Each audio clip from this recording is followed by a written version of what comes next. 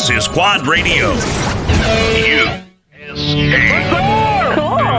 Now, with all the dirt from the world of ATV motocross and GNCC racing, here's Mr. 10 Seconds, Rodney Tomlin.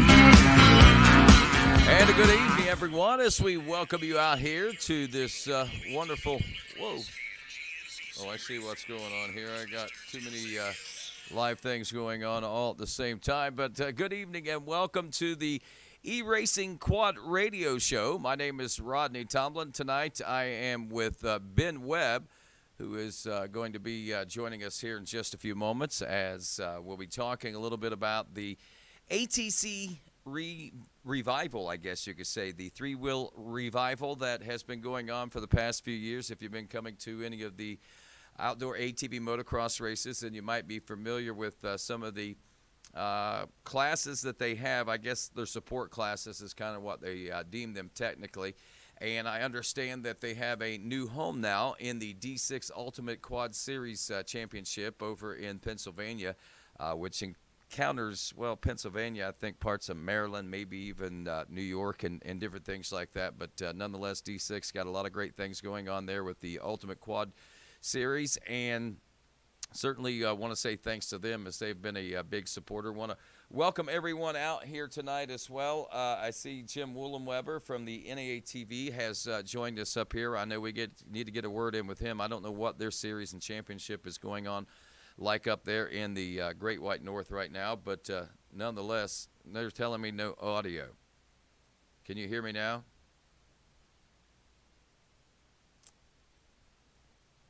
Well. I don't know where the audio would be. Let me go through all this stuff here. All indications are that we have audio. Do we have audio? Hey, Mark Lightning Wepler just texted in with us as well. So he wants to let folks know he's having a three-wheeler event coming up September 12th and 13th. You can contact Tim Stefanko, I guess that is, with OTC Ohio Track Club. Good to go. All right. Thanks, Lenny. We'll be trying to check in with some of those posts coming up here in just a few moments. Do apologize for the, a couple of different things. The unprofessionalism that I have going on right now, and not only the unprofessionalism that I'm presenting this evening, but the lack of even being on with the E-Racing Quad Radio show for the last month or so.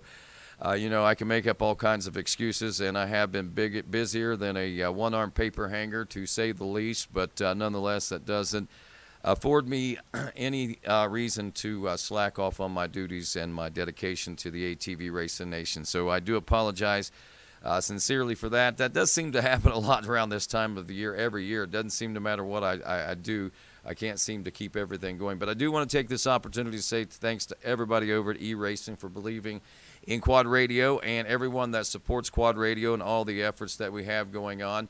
I want to say thanks to our good friends also at Tealy Energy Racing, as well as Phoenix Racing, Phoenix Honda Racing, and also DP Brakes. What's stopping you? Want to say thanks to our good buddy over there, Larry and the folks. All Task Construction. Decker Training Facility is a new presenting sponsor, and we want to say thanks to those guys. I know with the pandemic and everything's kind of jacked up, but you can check their Facebook things and things like that.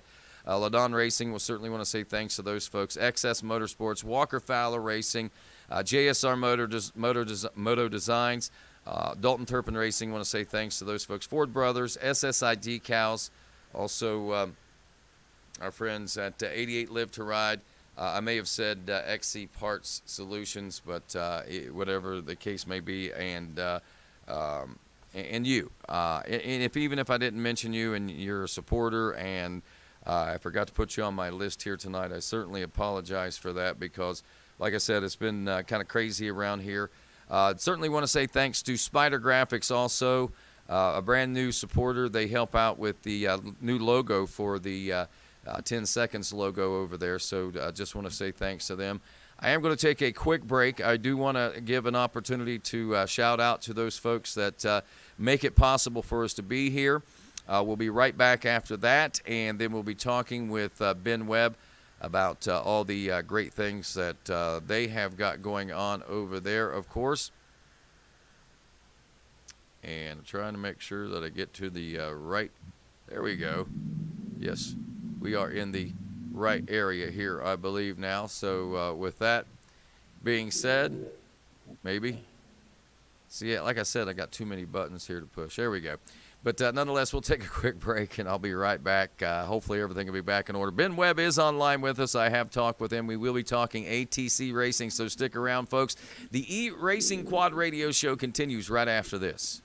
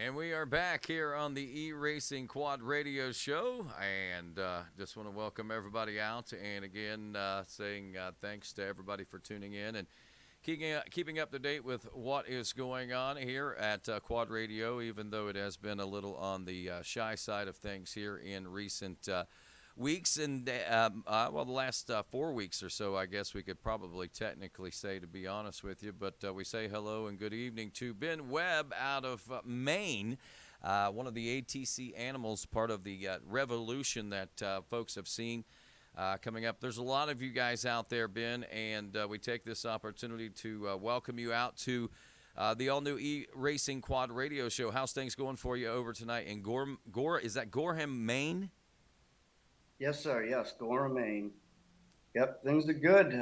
Lots of going on in the three-wheeler racing world, and I appreciate the opportunity to talk to you guys about it. So, hey, not a problem, this man. weekend we got.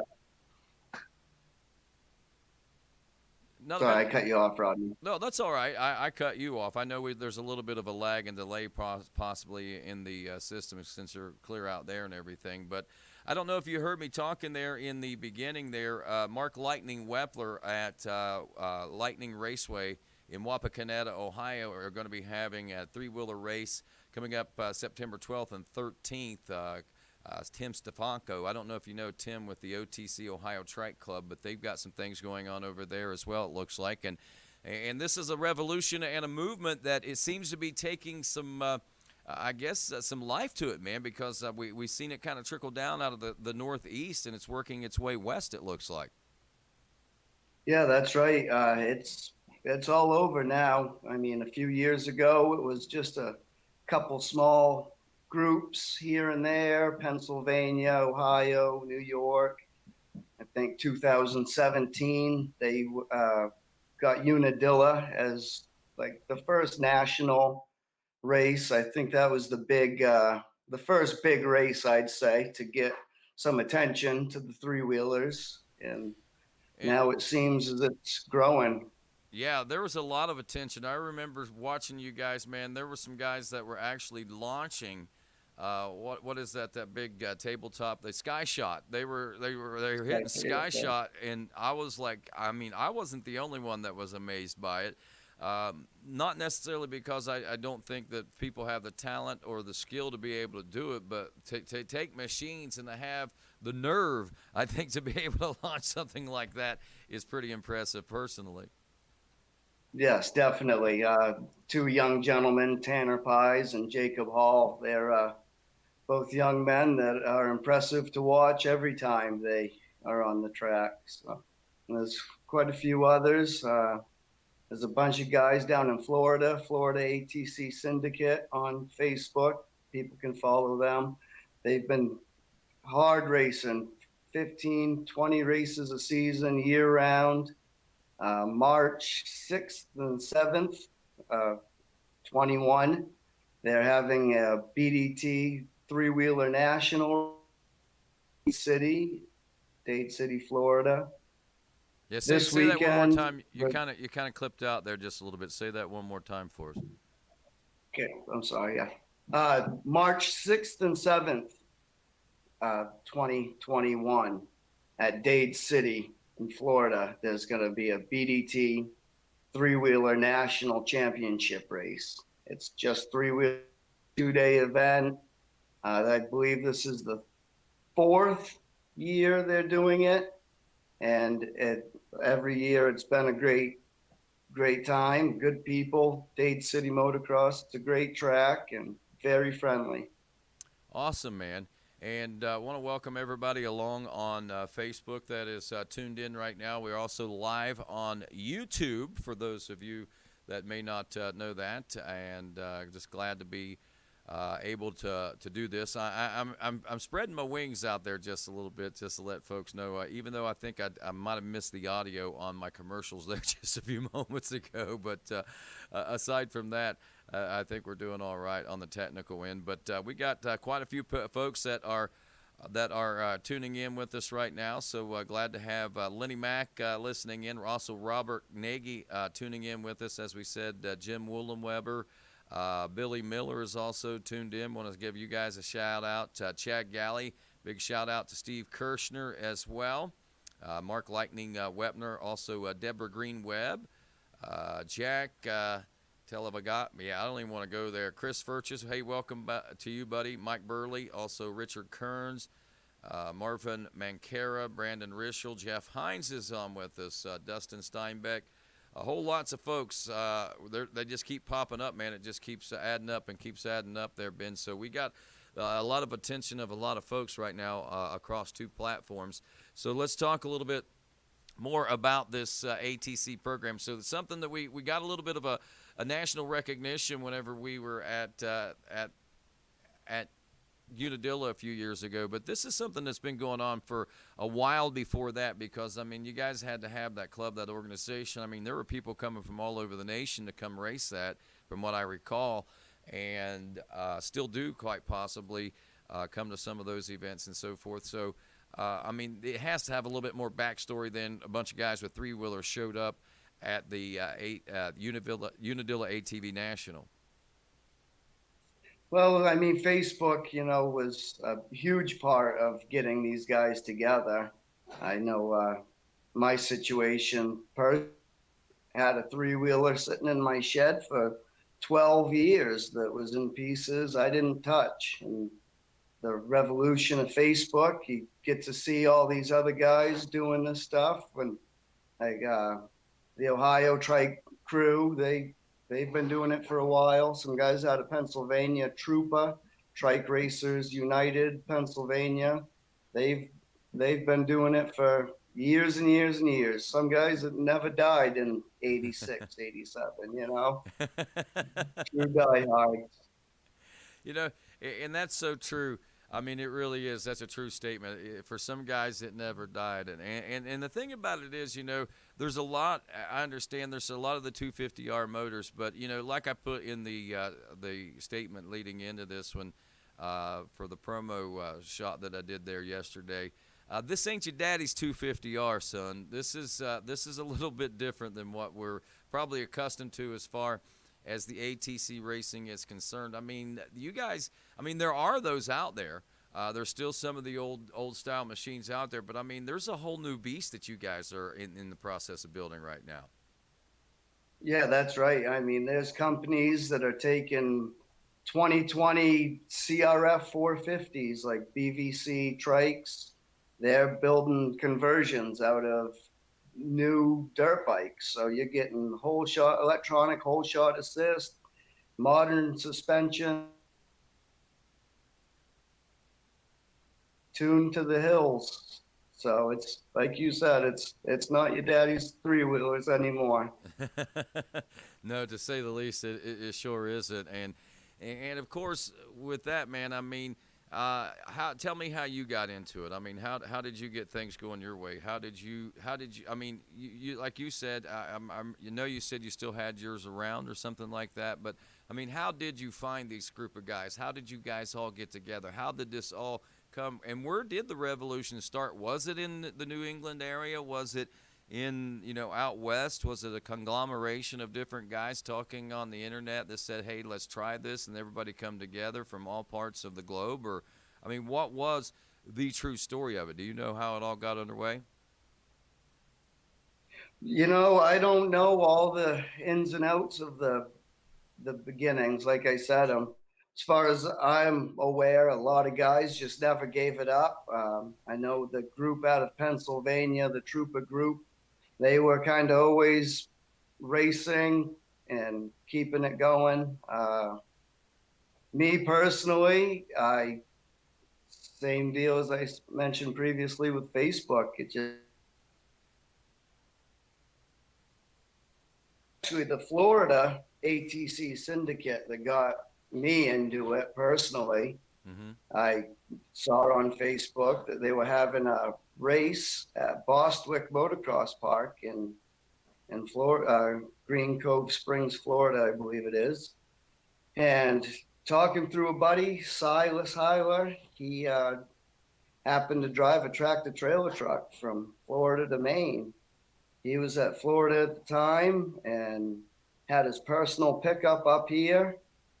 It worked out that I drove his truck to Florida, caught an airplane back, and had my first race with the Florida syndicate. And ever since then, it just kind of gained traction. It gained an interest for me that, I wanted to continue growing the sport. I'd always ridden dirt bikes as a kid, rode four-wheelers as a young adult, and when I tried the three-wheeler, it was different. It really, the two-stroke, the power, the single front tire, the slide in the corners, it's definitely different and unique. Yeah, so even though we talked about those guys making the new ones and everything with the 2020 models and doing all that, you're the old school guy, is that what you was telling me?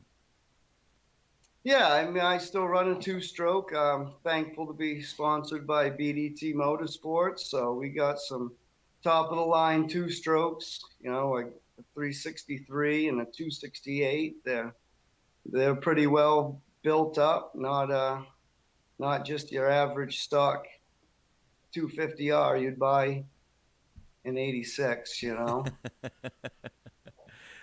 they're put the dirt bike front end on it. I don't know if you can see, but it's two CRF 450 front end, Elka rear shock, CEO Eddie Sanders cylinder. So do they have better handling now than they did 40 years ago? Well, like, yeah, I mean, you put the updated rear suspension on them, like a Elka, a PEP rear shock, and you put modern suspension on the front end. It definitely makes it handle a lot better. Wider rear axle. You can do the progressive springs for the stock. Yeah. And, Additional front suspension. There's some things you can do to make it ride a little better. right. And obviously, suspension and technology has brought us to whole new lights and so forth. So it takes us by. Sorry about that. My daughter keeps trying to call and it keeps popping up on my computer. See, that's what I'm talking about. That's the kind of things. I don't know if the audio is coming through on you guys or not, but I'm trying to let her know to stop.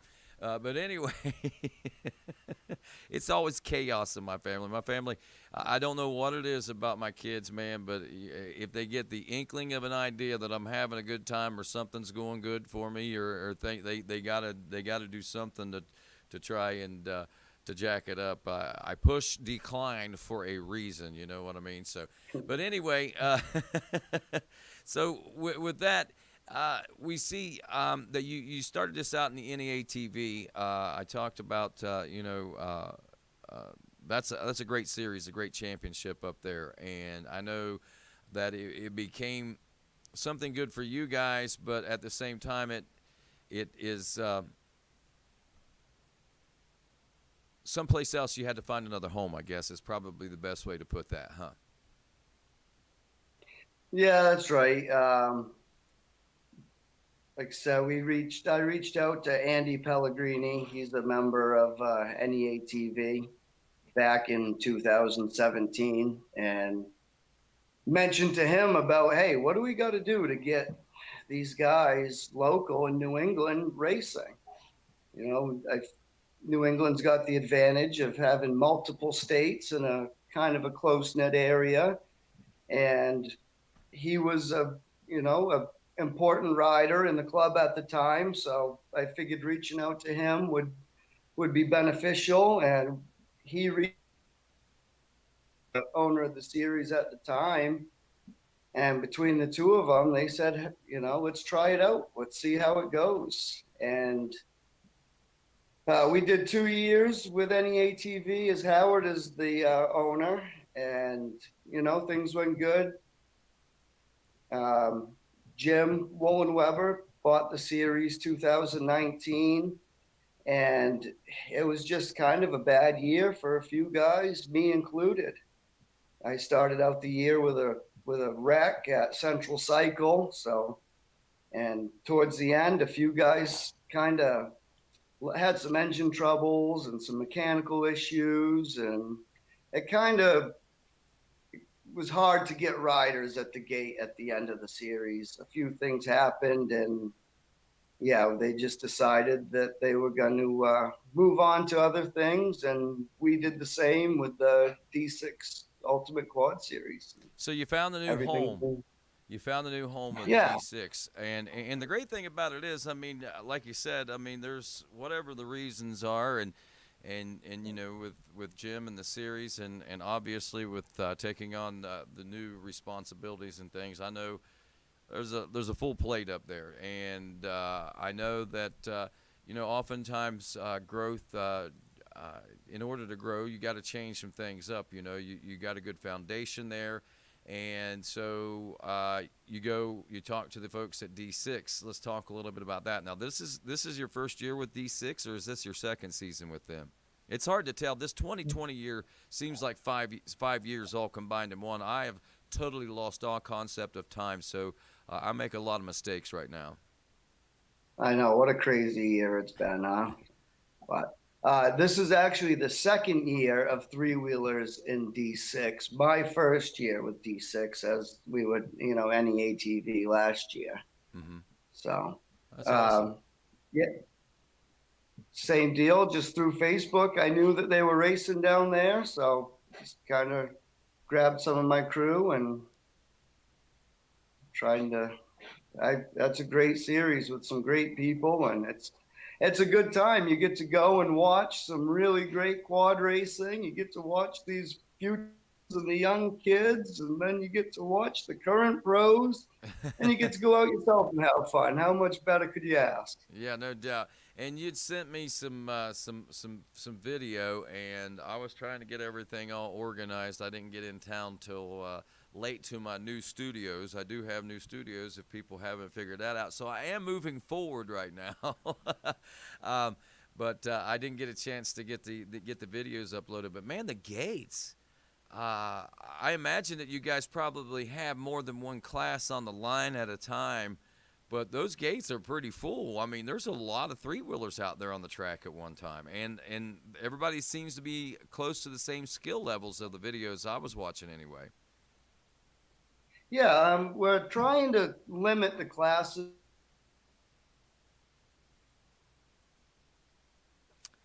Trying to do like an expert and a novice.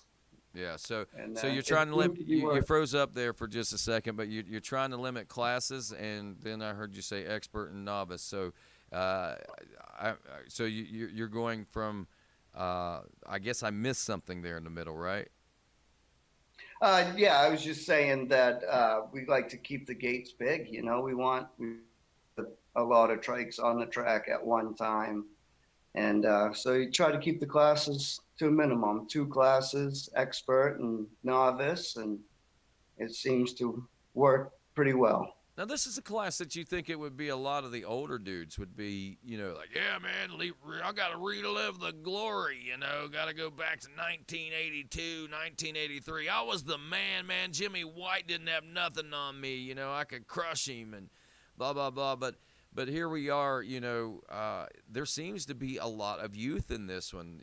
That's one thing that I noted and pointed out whenever I was watching the racing. It was a lot of kids, 18, 19, 20-year-old kids, maybe even younger than that had taken to this new craze.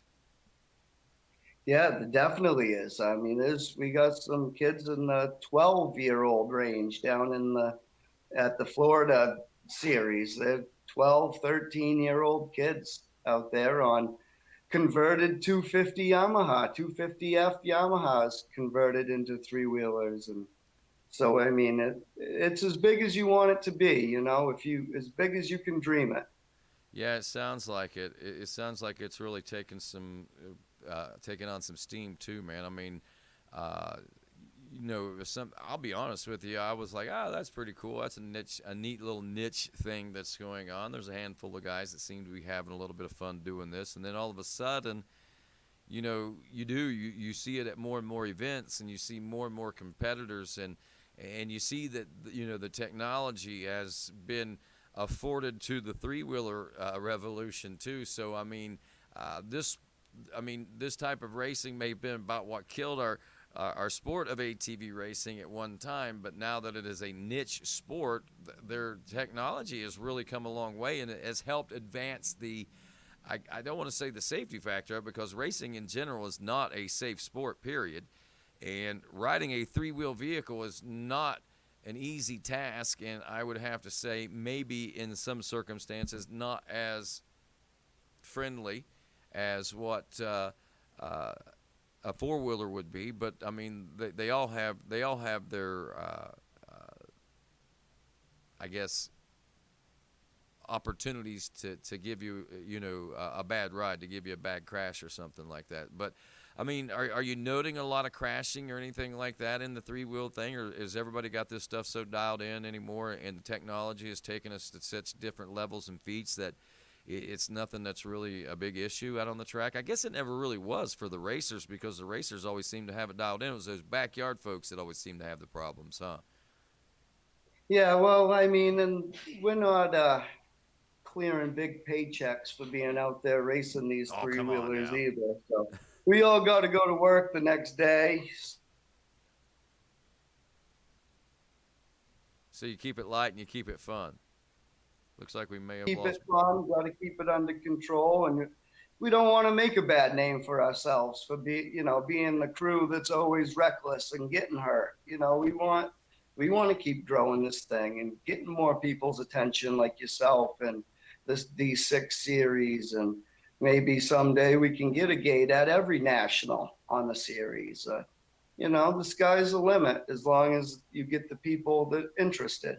Right, exactly, and that's what it takes. I mean, that's to make something grow. It's going to take interest, and I think there's an interest out there. Like you said, there's manufacturers that are creating products for this sport, I guess now, huh?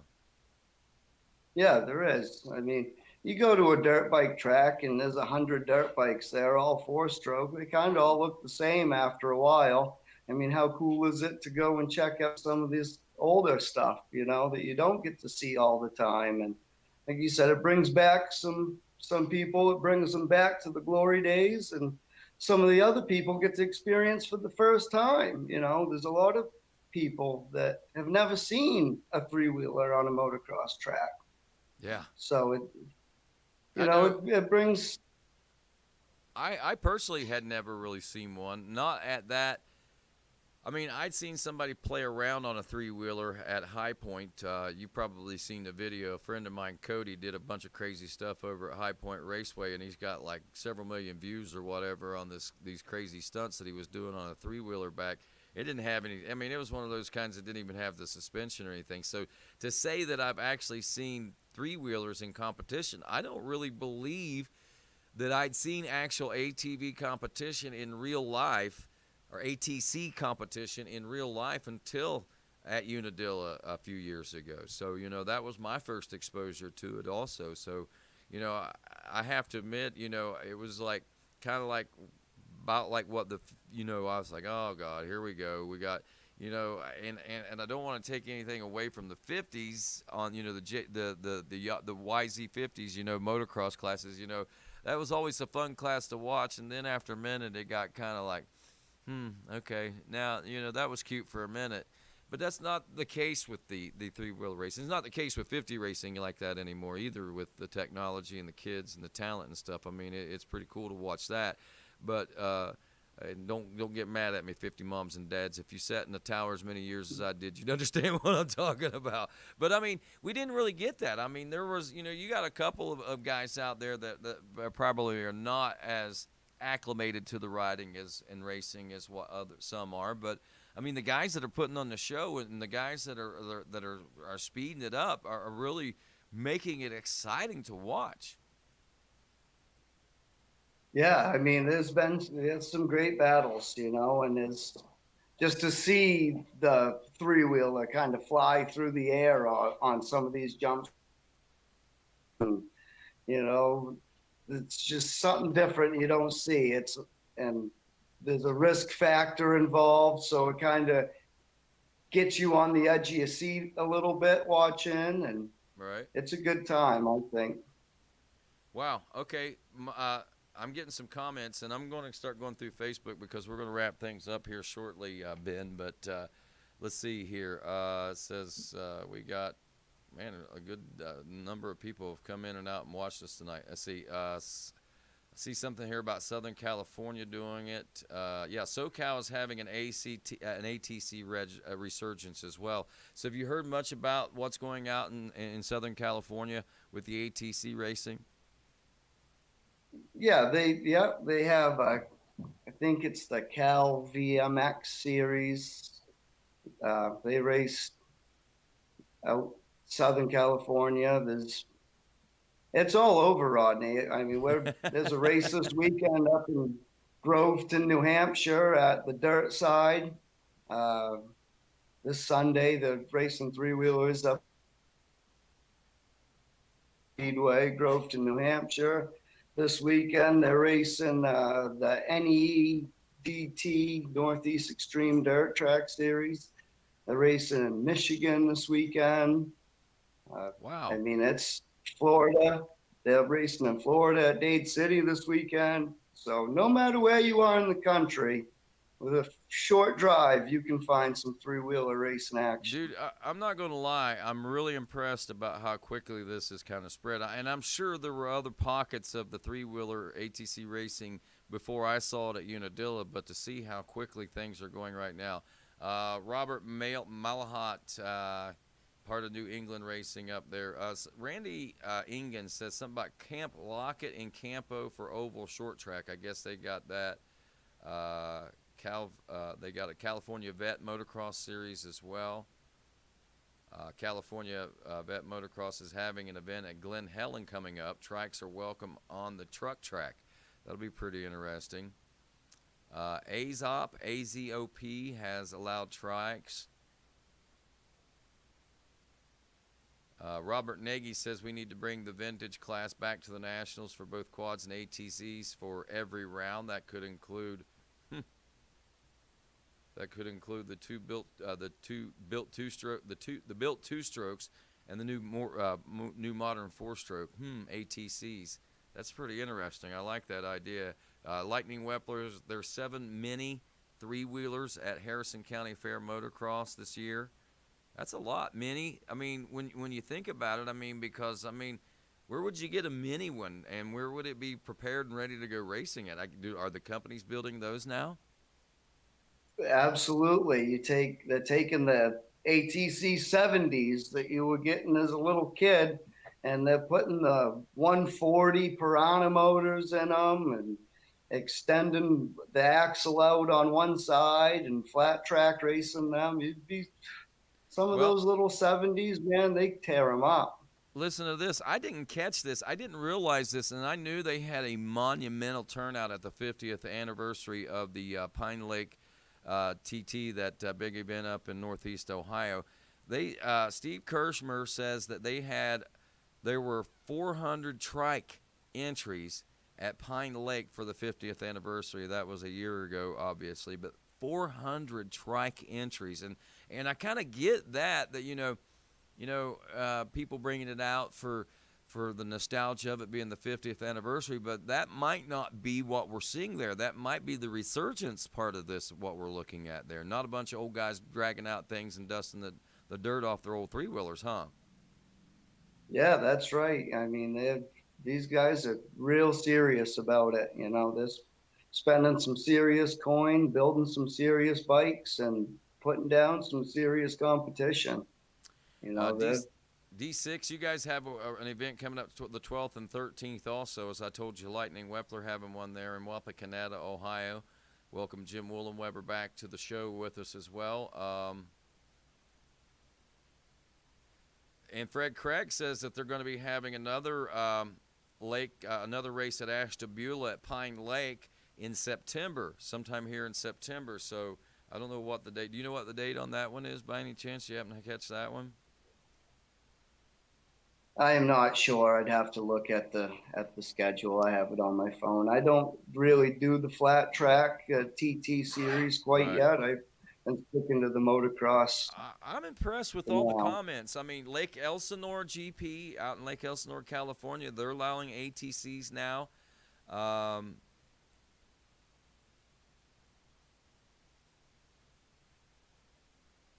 With Mac Racing. Yeah, it says Lenny Mac. Ben Webb will be in Pennsylvania, D6 Ultimate Quad Series, September 12th and 13th. So if we want to come see you race, then we can come watch it there then.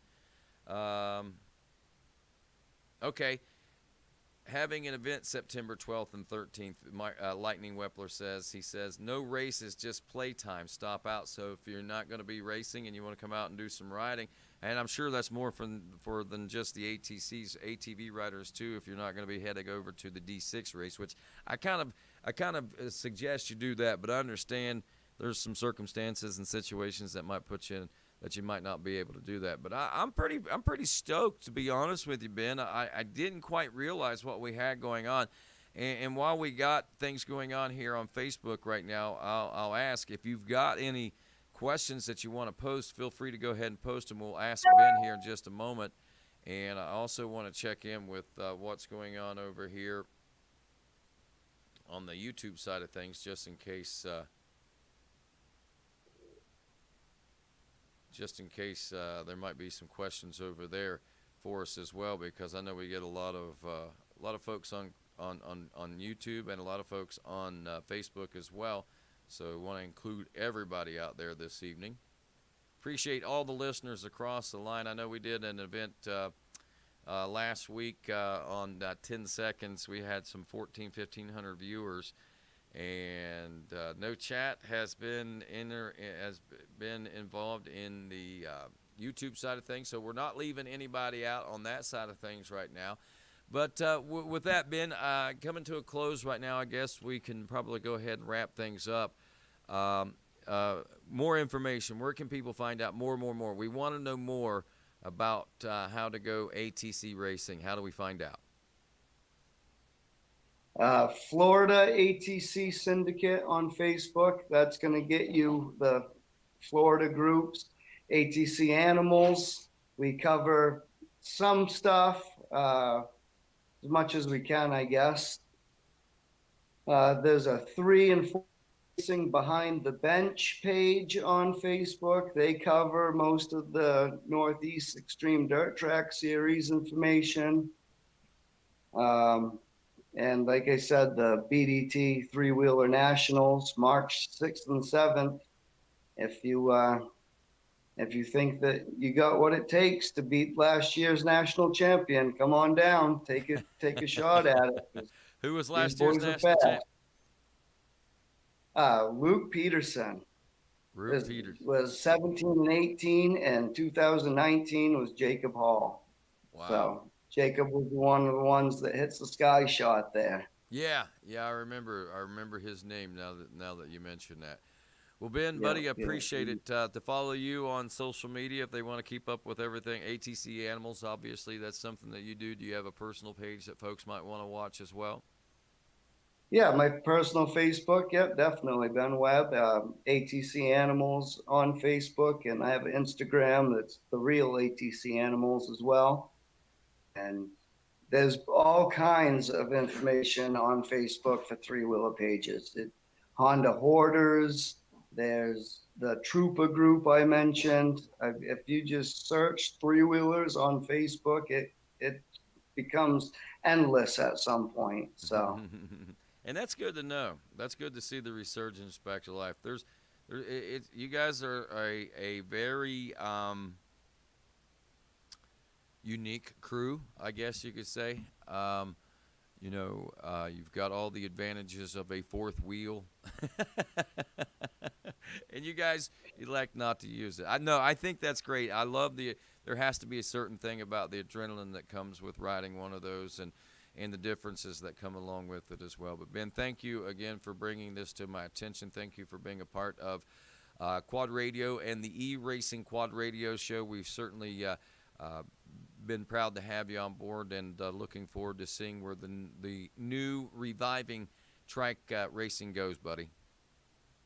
Well, I appreciate you having me. It was an honor, and catch up anytime, sir. All righty, there you go. That is...